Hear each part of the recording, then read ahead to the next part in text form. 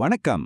விவிலியத்தின் பழைய ஏற்பாட்டுல மிக முக்கியமான ஒரு நபரான யாக்கோபோட முழுமையான வாழ்க்கை வரலாற்றை அலச போற இந்த தொகுப்புக்கு உங்களை வரவேற்கிறேன். ஒரு தனி மனிதனோட சாதாரண கதை எப்படி ஒரு மாபெரும் தேசத்தோட சரித்திரமா மாறுச்சுன்னு நம்ம இன்னைக்கு ரொம்ப ஆழமா பார்க்க போறோம். இப்போ இந்த சுவாரஸ்யமான வரலாற்றுக்குள்ள நாம நேரடியா போயிடலாம். ஏமாற்றுக்கார தம்பியா இருந்த ஒருத்தர் எப்படி இஸ்ரேல் அப்படிங்கிற ஒரு மாபெரும் தேசத்தோட தந்தையா மாறினாருன்னு உங்களுக்குள்ள ஒரு கேள்வி வரலாம் இல்லையா? ஒரு சாதாரண குறைகள் நிறைஞ்ச மனுஷன் எப்படி இவ்வளோ பெரிய மரியாதைக்குரிய மூதாதையரா மாறினாருங்கிற அந்த ஆச்சரியமான பயணத்தை தான் நாம இப்போ சேர்ந்து பயணிக்க போறோம். சரி, இந்த பயணத்தை நாம ஒரு 5 முக்கிய கட்டங்களா பிரிச்சு பார்க்க போறோம். பிறப்பு மற்றும் சகோதரர்களுக்கு இடையிலான மோதல், திருடப்பட்ட ஆசி, நாடு கடத்தப்படுதலும் திரும்புதலும், இஸ்ரேலாக மாறுதல், அப்புறம் எகிப்துல கழித்த இறுதி நாட்கள். இப்போ முதல் பகுதியான பிறப்பு மற்றும் சகோதரர்களுக்கு இடையிலான மோதல்ல இருந்து ஆரம்பிக்கலாம். எல்லாமே ஒரு வியக்கத்தக்க தொடக்கத்திலிருந்து தான் ஆரம்பமாகுது. முதல்ல இந்த 2 பேருக்கும் இடையில இருக்கிற வித்தியாசத்தை பாருங்களேன். தந்தை ஈசாக்குக்கு 60 வயசா இருக்கும்போது பிறந்த இந்த இரட்டையர்கள்ல ஒருத்தன் ஏசா. அவன் முதல் பிறந்தவன், உடம்பு முழுக்க முடி நிறைஞ்ச சின்னிறமானவன், வெளியில போய் வேட்டையாட விரும்புறவன், அப்பா ஈசாக்கோட செல்லப்பிள்ளை. இன்னொரு பக்கம் பாத்தீங்கன்னா யாக்கோபு, அண்ணனோட குதிங்கால புடிச்சுக்கிட்டே பிறந்தவன், ரொம்ப அமைதியானவன், கூடாரத்திலேயே இருக்கிறவன். அம்மா ரெபெக்காளுக்கு இவன் தான் உசுரு. இந்த அடிமட்ட முரண்பாடுதான் அவங்க குடும்ப பிளவுக்கு மிகப்பெரிய காரணமா அமைஞ்சது. யாக்கோபோட அந்த சந்தர்ப்பவாத குணம் முதல்ல எங்க வெளிப்படுது தெரியுமா? ரொம்ப பசியோட சோர்வா வர்றத அன்னை ஏசாவுக்கு வெறும் அப்பத்தையும் கொஞ்சம் பயிற்றங்கூளையும் கொடுத்து பதிலுக்கு அவனோட தலைப்பேர உரிமையை, அதாவது மூத்த மகனுக்கான பிறப்புரிமையையே ரொம்ப ஈஸியா தன் வசமாக்கிக்கிறான் யாக்கோபு.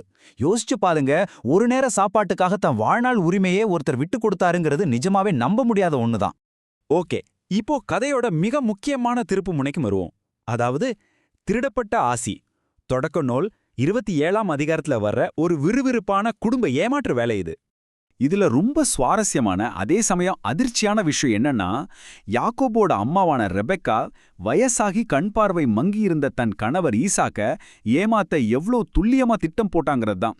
மந்தையிலிருந்து 2 நல்ல வெள்ளாட்டு குட்டிகளை கொண்டு வந்து ஈசாக்குக்கு பிடிச்ச மாதிரி சுவையான சாப்பாடை சமைச்சு மூத்த மகன் ஏசாவோட உடைகளை யாக்கோபுக்கு உடுத்தி அவன் கைகளையும் கழுத்துலையும் ஆட்டுத்தோலையே போர்த்தி அனுப்புறாங்க.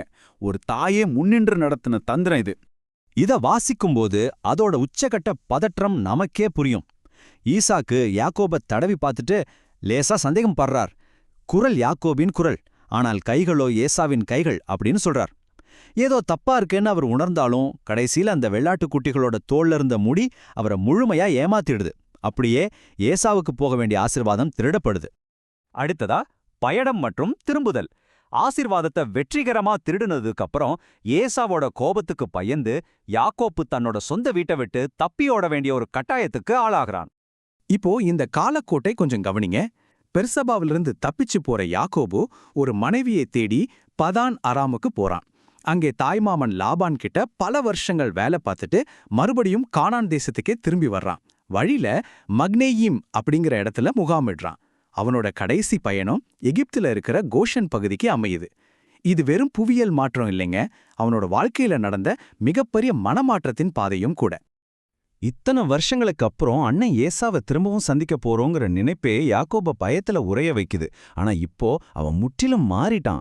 எப்படியாவது உயிர் பிழைக்கணும்னு தன்னோட குடும்பத்தையும் மந்தைகளையும் 2 குழுக்களா பிரிக்கிறான். ஆபிரகாம் ஈசாக்கின் கடவுன்கிட்ட தன்னை காப்பாத்த சொல்லி ரொம்பவும் மன்றாடுறான். நான் வீட்டை விட்டு வரும்போது கையில ஒரு தடியோட மட்டும் வந்தேன், ஆனா இப்போ 2 பரிவாரங்களோட திரும்புறேன் அப்படின்னு தன்னோட நிலையே கடவுள்கிட்ட தாழ்மையா ஏத்துக்கிறான். அடுத்ததா நம்ம பார்க்க போறது இஸ்ரேலாக மாறுதல்.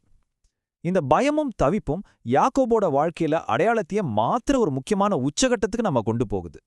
அந்த இரவுல கடவுள் யாக்கோபுக்கு தோன்றி அவனுக்கு ஆசி வழங்கி, இனிமேல் நீ யாக்கோபுன்னு அழைக்கப்பட மாட்டாய், உன் பெயர் இஸ்ராயேல் அப்படின்னு அவனோட பெயரையே மாத்துறாரு. ஏமாற்றுக்காரன் அப்படிங்கிற நிலையிலிருந்து அரசர்கள் உதிக்கப் போற ஒரு மாபெரும் தேசத்தோட மூதாதையர் அப்படிங்கிற நிலைக்கு யாக்கோபு மாறுறத இந்த பெயர் மாற்றம் ரொம்ப ஆழமா குறிக்குது. இதுதாங்க உண்மையான கேம் சேஞ்சர். ஆனா வாழ்க்கைனா எப்பவுமே வெற்றி மட்டும் இருக்காத. அடுத்து ஒரு பெரும் சோகம் நடக்குது. பெத்லகேமுக்கு போற வழியில தான் உயிருக்கு உயிரா நேசித்த மனைவி ராகேல் பிரசவ வழியால இறந்து போறா. அவ இறக்கும்போது தாம் பெத்த குழந்தைக்கு பெண் ஓனி, அதாவது என் துயரத்தின் மகன் அப்படின்னு பெயரிட்டது அந்த இழப்போட வழியை அப்படியே நமக்கு கடத்துது. ஆனா யாக்கோபு அந்த குழந்தைக்கு பெண்ணியமின்னு பேர் வைக்கிறார். இப்போ நாம கடைசி பகுதிக்கு வந்துட்டோம். எகிப்தில் இறுதி நாட்கள். யாக்கோபோட வாழ்க்கையோட இந்த இறுதி அத்தியாயம் அவருக்கு வாக்களிக்கப்பட்ட கானான் தேசத்திலிருந்து அவரை அப்படியே எகிப்தின் மையப்பகுதிக்கு அழைச்சிட்டு போகுது. பல வருஷங்களா தன்னோட அன்புக்குரிய மகன் யோசேப்பு இறந்துட்டான்னு நினைச்சுக்கிட்டு இருந்த யாக்கோபுக்கு ஒரு மிகப்பெரிய சர்ப்ரைஸ் காத்திருந்தது. யோசேப்பு உயிரோட இருக்கான் அப்படிங்கிறதும், அது மட்டும் இல்லாம ஒட்டுமொத்த எகிப்து நாட்டுக்கே அவன் ஆளுநரா இருக்கான் அப்படிங்கிற செய்தியை கேட்டதும் அவர் அப்படியே இன்ப அதிர்ச்சியில உறைஞ்சு போயிட்டார். இந்த 66 அப்படிங்கிற நம்பரை பாருங்க. இது ஒரு ரொம்ப முக்கியமான வரலாற்று பதிவு. எகிப்தில் இருக்கிற கோசென் பகுதியில குடியேறதுக்காக யாக்கோபோட சென்ற அவரோட நேரடி வாரிசுகளோட துல்லியமான எண்ணிக்கை தான் இது. பஞ்சம் அவங்கள இடம்பெயர வச்சாலும் கடவுளோட திட்டம் அவங்கள அங்க பழகி பெருக செய்யுது. லேயா, ராகேல், பில்கா அப்புறம் சில்பா, இவங்களுக்கு பிறந்த இந்த 12 மகன்களும் விபிலிய வரலாற்றுல ரொம்ப ரொம்ப முக்கியமானவங்க. ரூபன், சிமியான், லேவி, யூதா, இஸ்ஸகார், செபுலோன், யோசேப்பு, பெனியமின், தான், நப்தலி, காத் அப்புறம் ஆஷேர். இது வெறும் பெயர்கள் இல்லைங்க. இவங்க தான் பிற்காலத்துல இஸ்ரேல் தேசத்தோட ஆணிவேரான 12 பழங்குடியினரை உருவாக்குனவங்க. ஒட்டுமொத்த தேசத்துக்கான அடித்தளம் இவங்க தான். தன்னோட வாழ்க்கையோட இறுதி கட்டத்துல யாக்கோபு ஒரு மிகச்சிறப்பான விஷயத்தை செய்றார்.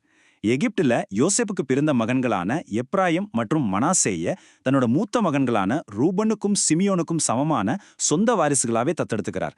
இது அவரோட தொலைநோக்கு பார்வையையும் குடும்பத்தை எப்படி அரவணைக்கிறார் அப்படிங்கிறதையும் ரொம்ப அழகா காட்டுது.